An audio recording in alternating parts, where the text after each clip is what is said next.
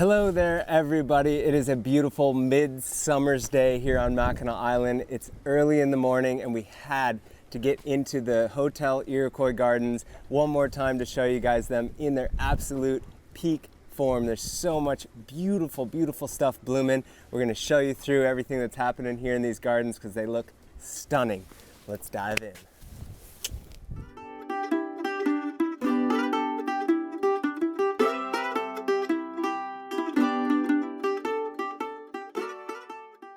All right, everybody, welcome to the Hotel Iroquois' glorious gardens on a midsummer's day. We had to dive in and show you because they are looking so incredibly peak form stunning right now. Starting right out front here with these beautiful, iconic window boxes that I personally built myself that are really, really looking beautiful, just exploding with blooms right now. And the combo this year is definitely my favorite of all the years I've planted these boxes. We've got Royal Velvet and Bordeaux Supertunia. My favorite new plant for this year, the Amethyst Mist Superbena. Lemon Coral, the boldly dark red geraniums that I use a lot of. They've got like that purple to the red, so they really go well with these other purples and blues. And then that Spiralis grass. That's a Junkus grass that's like permed and squirrely and spindly, and they're just so cool. We've also got just a little bit of diamond frost dotted in there for that airy white fluffiness. Those planters, those window boxes are so cool. Looking really good this year. Definitely a great classic red, white, and blue sort of look and doing really well. And then as we dive into the iconic and famous walkway gardens here, the light post pillars all have different clematis growing up on them, and this is sweet summer love. You can see the just incredible vigorous growth and it covered in blooms. This thing is going to be loaded in no time here. Sweet summer love clematis. And this thing gets cut back. All of our clematis here gets cut right back down to the ground. In the winter time, this whole walkway is like an 8-foot deep, drift of wind and snow and ice. So all this stuff gets cut right back. It's a very harsh environment, but obviously thrives in the summertime here. So all of these shrubs and perennials that are integrated in really have to be super tough. Tuff being the word and the name of the day, because our tough stuff hydrangeas are all in full bloom. And we've got the tough stuff right here. We also have tiny tough stuff hydrangeas. So we'll show you those. There's a little bit further on down in the garden, and a pretty interesting difference between the tough stuffs and the tiny tough stuff in that the tiny tough stuff are blooming, vibrant blue, and the tough stuff hydrangeas are holding a little bit more pink to them. Our soil conditions here on the island are definitely a little more alkaline. We have a lot of lime in the soil, and so a hydrangea that isn't, the soil isn't treated at all or anything like that will typically be a little bit more pink in blooms, especially these macrophylla or mountain hydrangea, kind of lace cap like this. But the tiny tough stuffs have been really impressive in holding that blue color regardless of pH. Definitely my favorite in the hydrangea world. So we'll show you a little bit more about those here shortly. But before we go any further, had to show you this awesome combo. Behind this really cool drift of annuals here, we've got some sun patience, artist blue ageratum, some stunning little diamond frost dotted in there, and Heuchera. So that's a cool combo in and of itself. But back in here, just a packed, full, loaded bed of really cool foliage contrast here. Again, this tough stuff hydrangea, Quickfire Hydrangea, leaping out and reaching right up there, about to bloom. And then we've got Lemony lace, Elderberry, and these all just integrate and play so well together. Right here we've got a purple fountain grass tucked in. That was probably planted as an annual, obviously, as a gallon, but just the contrast and texture and stuff like that shooting out there, super cool little combo right there. So These gardens are really designed to be all these little teeny pocket gardens. So I call them like iPhone gardens.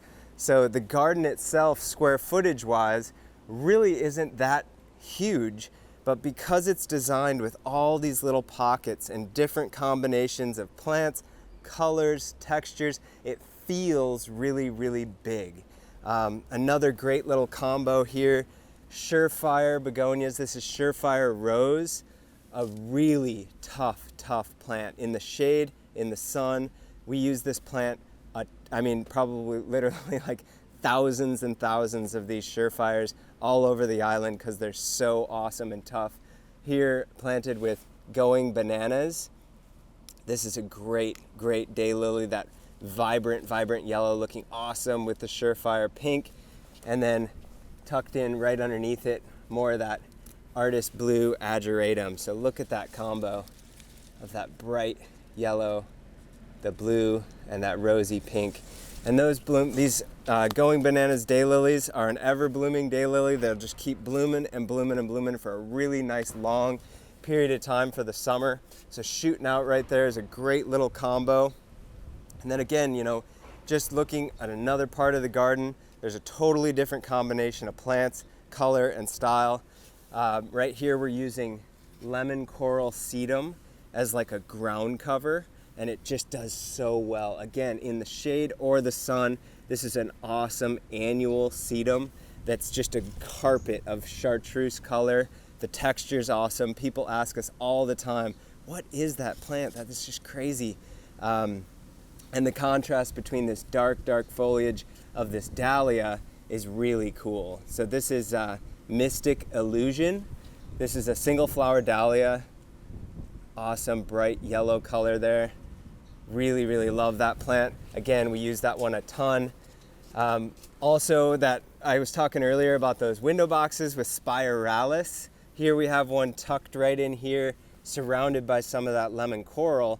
And look at how that just weird, wiggly grass just shoots out of that lemon coral. It's so funky, and you know, it's just very photogenic for sure.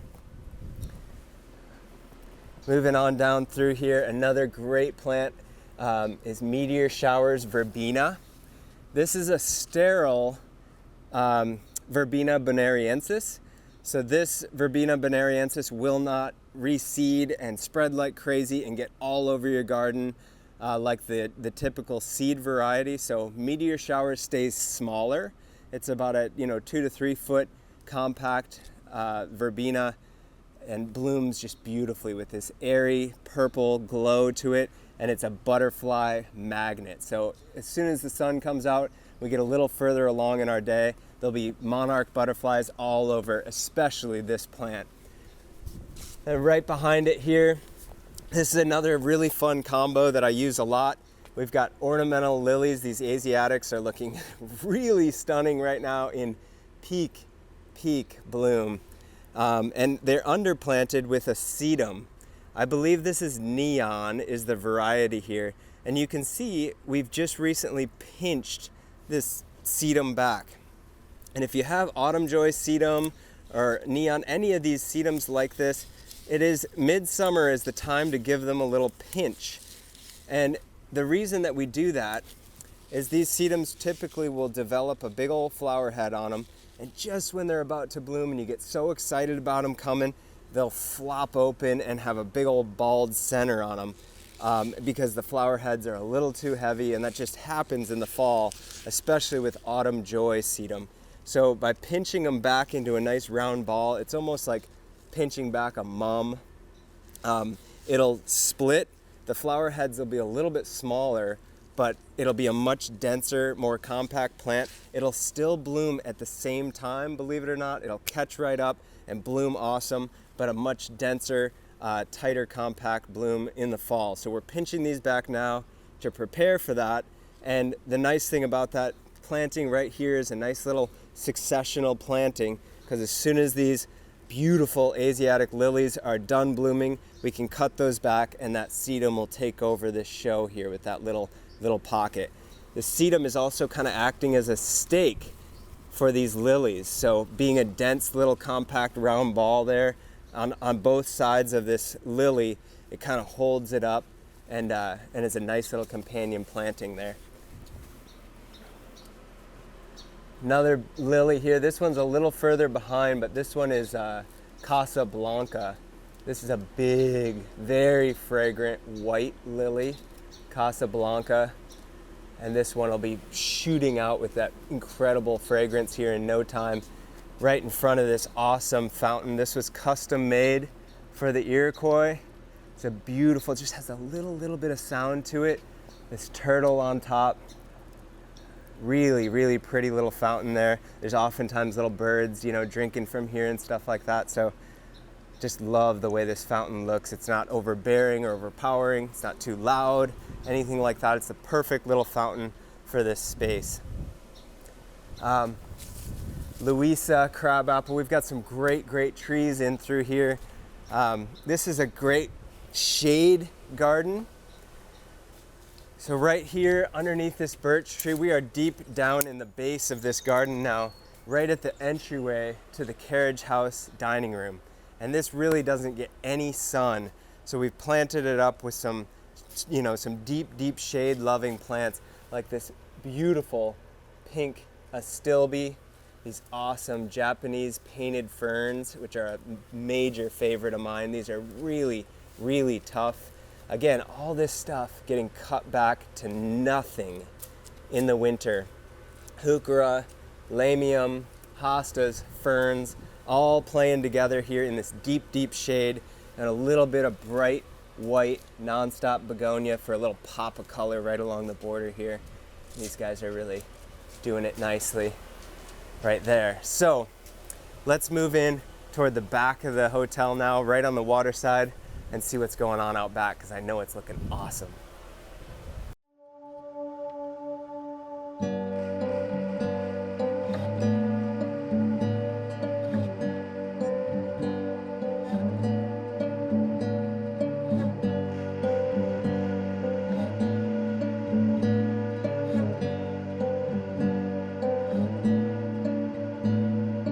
Okay, so this bed right here has always been a favorite of mine to plant because it's got a multi-purpose effect to it. It's screening that the building and the patio on the other side here, because the Hotel Iroquois and the dining room here needs, or you know, would prefer to look out at a beautiful bank of flowers and texture as opposed to other people dining and eating, you know, hamburgers and hot dogs or whatever next door. But again, it has to be extremely tough. We're right here on the water. This is the east, you know, side of the island. In the wintertime, the winds and the ice and the rain, and with the high water levels, this is a brutal place to be in the wintertime. So all of this stuff has to be cut right down to nothing.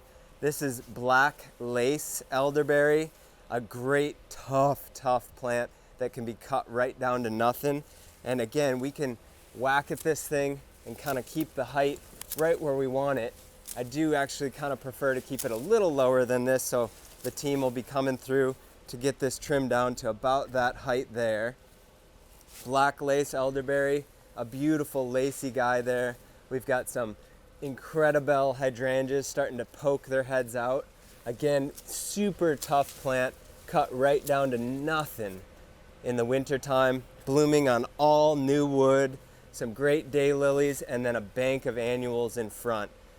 We've been using a lot of Heuchera tucked into these beds for summertime, which is typically thought of as a summer, or rather a spring blooming perennial. But a lot of these newer Heucheras are just flower powerhouses, and this one is called Mahogany Monster.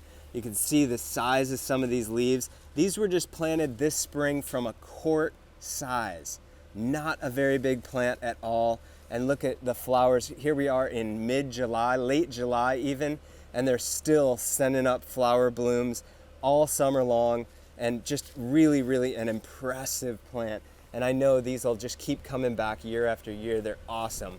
Really tough plant. That one is certainly a favorite of mine. So here we are with that incredible difference in hydrangeas. This is tiny Tuff stuff right here. Look at the blue. These have been in for a few years now, so it's not that it's brand new and it's still holding some, soil and traces of fertilizer and stuff from the nursery. This is in a very, very alkaline soil, and look at how blue that is. Tiny Tuff stuff. They keep a really nice compact size, and right next to it is Tuff stuff, a little bit bigger and definitely more pink. There's another great example of it right over here. The two varieties side by side in the same bed, and you can see the size difference of tiny Tuff stuff versus Tuff stuff. Both great plants that we use a lot. You can see they're just incredible, covered in flowers and blooms, really tough plants, but the blue on the tiny Tuff stuff is certainly impressive. That's why it's a go-to of mine. That's why it's my favorite hydrangea. People, clients of mine and stuff are drawn to that blue color, and it's such an awesome contrast to some of these pinks in the Surefires and the, in the Sun Patience that we're using in here. Just an awesome plant. Another cool bed that we wanted to show you guys is over here. So this entire garden right along the water here had to be totally, completely gutted and redone this year. Because of really high water levels on the lakes, we had to do a lot of work actually back here on the water side of the Iroquois this spring. When I got here and my team started in this spring, there was a foot of gravel and debris on this whole entire back lawn. Half of this brick was all tore up and destroyed from major winter storms. So we had a good friend who's a welder come and put this additional extension on the seawall, gain us a couple of feet of protection there, and added a tremendous amount of really large-scale boulders to protect against the driving winds and storms that were crashing these east winds and east waves right against this break wall and flooding in through here.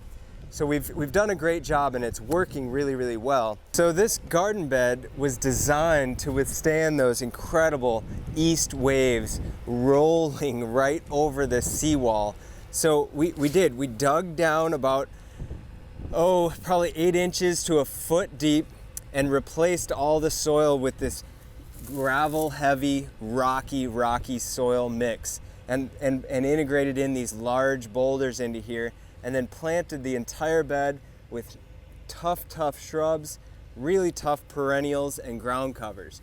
So you can see here I've got some creeping thyme, some sedums, some Irish moss, hardy geraniums, these Elijah blue little grasses, really tough plants that can take it.